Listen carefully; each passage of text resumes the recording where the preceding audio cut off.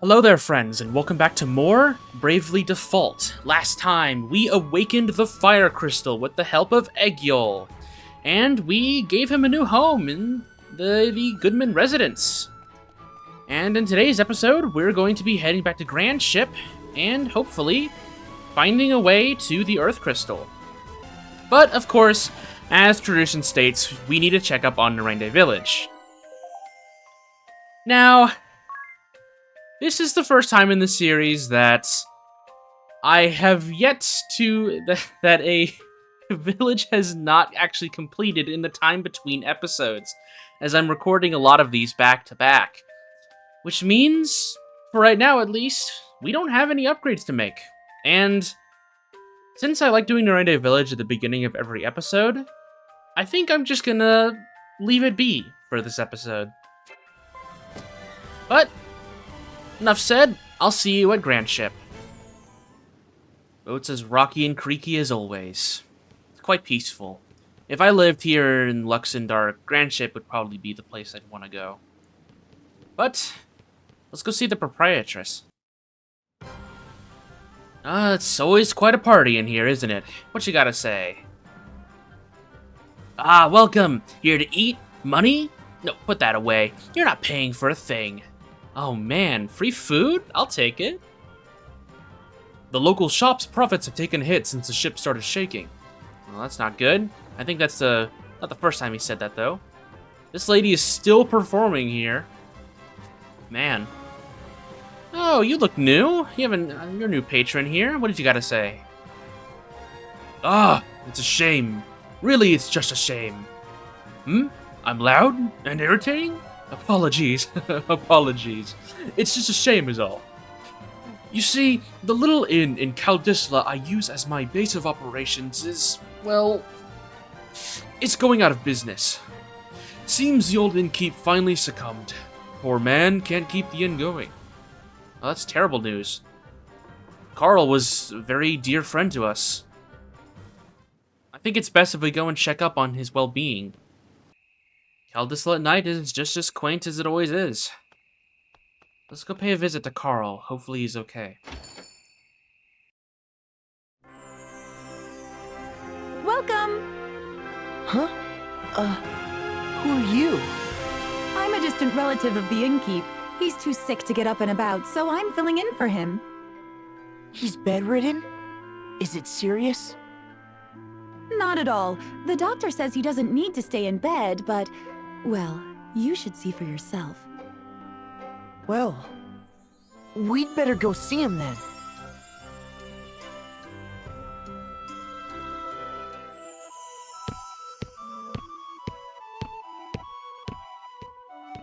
Are you feeling okay?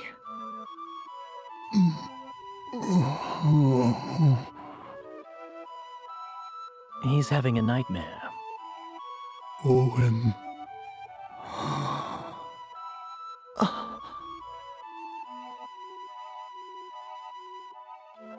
I guess he's become despondent since Owen died. His son was everything to him. It must be hard to deal with it alone. What about that girl? She's related to him, right? She has to go back to her home soon, I hear. How do you know that? It just came up. Let's check my journal before things take a turn for the worse, We'll bring the orphan to the inn we set out from. That sounds relevant, no? Oh, this is the inn we set out from. And the orphan, I guess that means Egil? That's nonsense! Mrs. Goodman has given him a good home. Come to think of it, Egil's parents were guards, just like Owen. He said he was raised by his kind grandfather after they died. But... it doesn't have to be permanent, just until the old man gets better. Do you think we could have Egil stay here a while? I guess that's up to Egil. Right.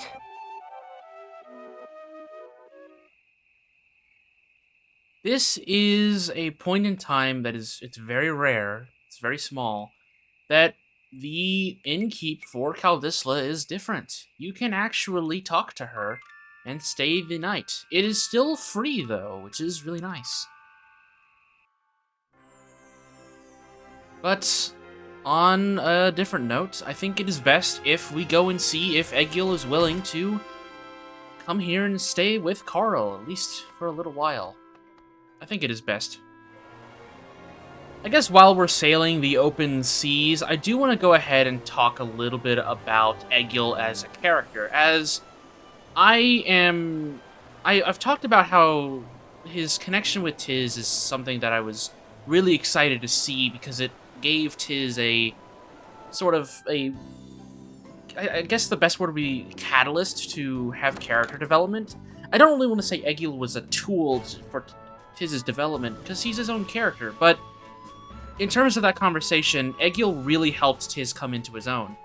But Egil himself, I actually really like his character, and I've talked a little bit about it, but Egil has gone through so much in his very short life, and to see how he's still quite an optimistic young boy who has a bright future ahead of him and is excited to see what he can do, it's honestly very inspiring.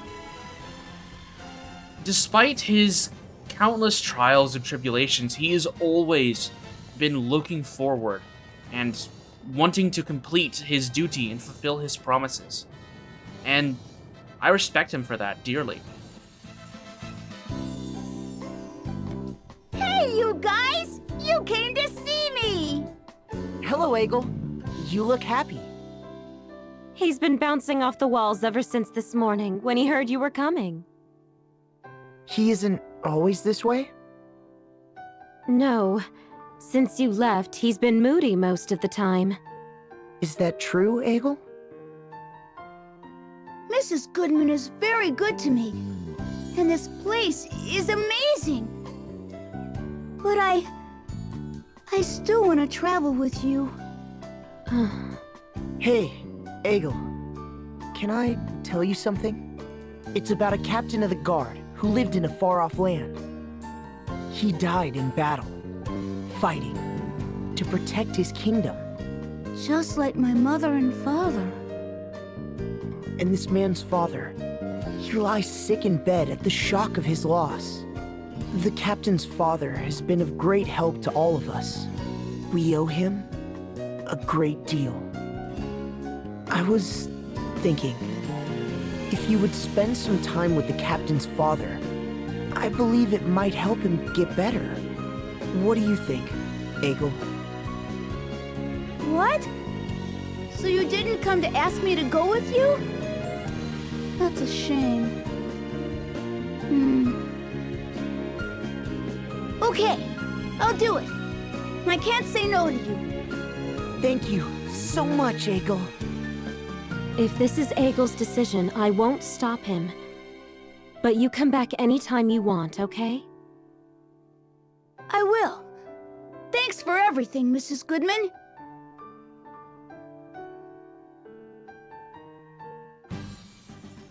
We're sending your child to a faraway land, lady! Woohoo! Tiz's thoughts. Something on your mind, Tiz? You look pensive. Oh, yeah, a bit, I guess. Thinking about Egil? He'd just gotten settled at the Goodmans, and now he's being shipped off to a foreign land.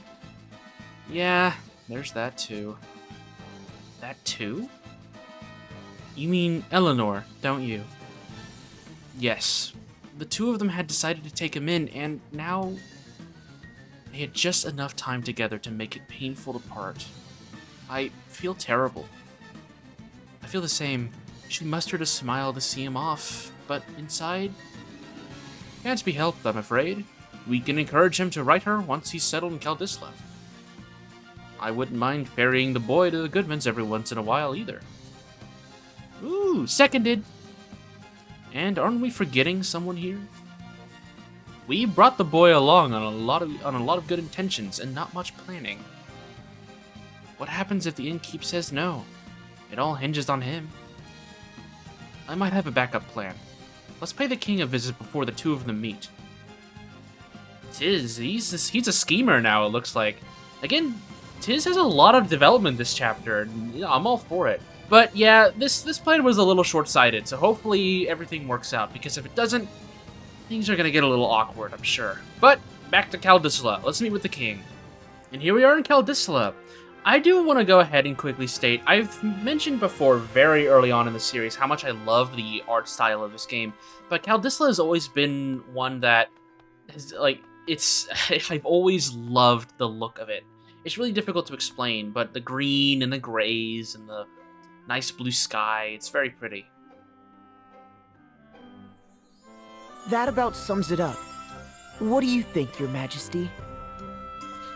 A fine idea, I must say. I have been concerned about the innkeep myself. Egil, it is admirable of you to agree to follow in the innkeep's footsteps. The kingdom of Caldisla welcomes you. You see, I want to be a powerful soldier one day, like my mother and father before me, like Tiz. I want to be a mighty warrior with a kind heart who can protect the ones he loves. Well said, well said. Fine sentiments for a boy to have. Very well then. You shall be given access to our training hall, Egil. And I would be honored if you would accept this gift. What is it? A badge we give our young soldiers. My captain of the guard, Owen, also wore one once. This marks you as an apprentice soldier for the kingdom, Egil. I hope to see you train hard and become a first-rate soldier. Wow! Thank you! Thank you, Your Highness. By the way, Tiz, how is the reconstruction of Narende village proceeding? With all your travels to save the world from peril, you must find little time to return, no? Perhaps you could put Egil here in charge of the reconstruction? Reconstruction? You would be acting on Tiz's behalf. I'll do it! Are you sure you can handle all of this at once? Helping out at the inn, training to be a soldier, and supervising the reconstruction? That's a lot to take on. No sweat for me! You have unlimited potential, Egil.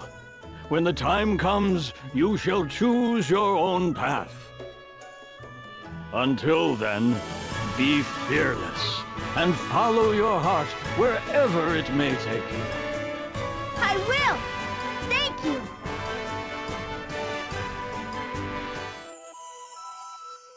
Oh, it's you. It's been a while. Ah, you have a young boy with you. And what's this? He wears the badge of a young soldier. That takes me back. My son treasured his above all else. You remind me of him a bit, you know? I want to be like your son Owen one day. My mother and father were guards as well. You don't say. I'm sure you'll get there one day.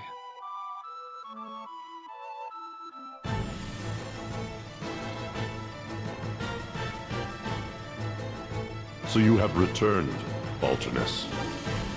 Yes. Not long ago. I was told you have an urgent report.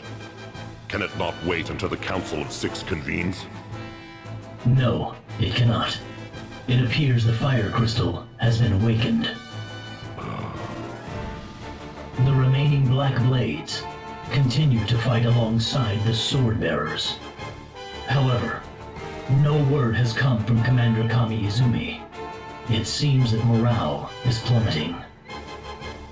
Our only option left is an all-out defense of the Earth Crystal. We must cut our losses in that realm. You propose that we abandon the Black Blades? The forces of the Duchy's 1st Division? We have underestimated the Wind Vestal. We shall not make that mistake again. You or I. If the Earth Crystal were to be awakened, there would no longer be hope for this world, and our ideals would fade to nothingness. But the Wind Vestal has no way of traversing the highlands that surround the Duchy. Only the heavy airships helmed by our cadre have the propulsion necessary to make the journey. Do not be so sure. The Wind Vestal has thus far outmatched us at every turn. Summon Victor and Victoria immediately. It seems the Council of Six may have to deal with the Vestal personally. Allow me to interrupt. You... I'm glad the innkeep was willing to take in Egil. Egil said he looks so much like his late grandfather, it's scary. Enough about that. We must go to awaken the Earth Crystal. But we have no way of entering the Duchy of Eternia. Perhaps it's time to get out that creepy journal of yours, Ringabel. I'd hardly call it creepy. Anyway, I'll see what I can find. There are a few notes that might apply. Earth Crystal, Grand Ship, Engine Room. Those are the words that seem to be coming up. Grand Ship? Perhaps we'll find a lead there. Well, we have our next objective, but I think we have deserved a nice rest for traveling halfway across the world twice. I think instead of going immediately to Grand Ship and figuring out what Ringabel's journal means, I think it is best if we go back to Eisenberg and help Commander Goodman out with the remaining stuff he needs help with. There are still a few quests there that we have yet to complete, and I'm going to take those down before we continue any further. So, with that said, I'll see you soon.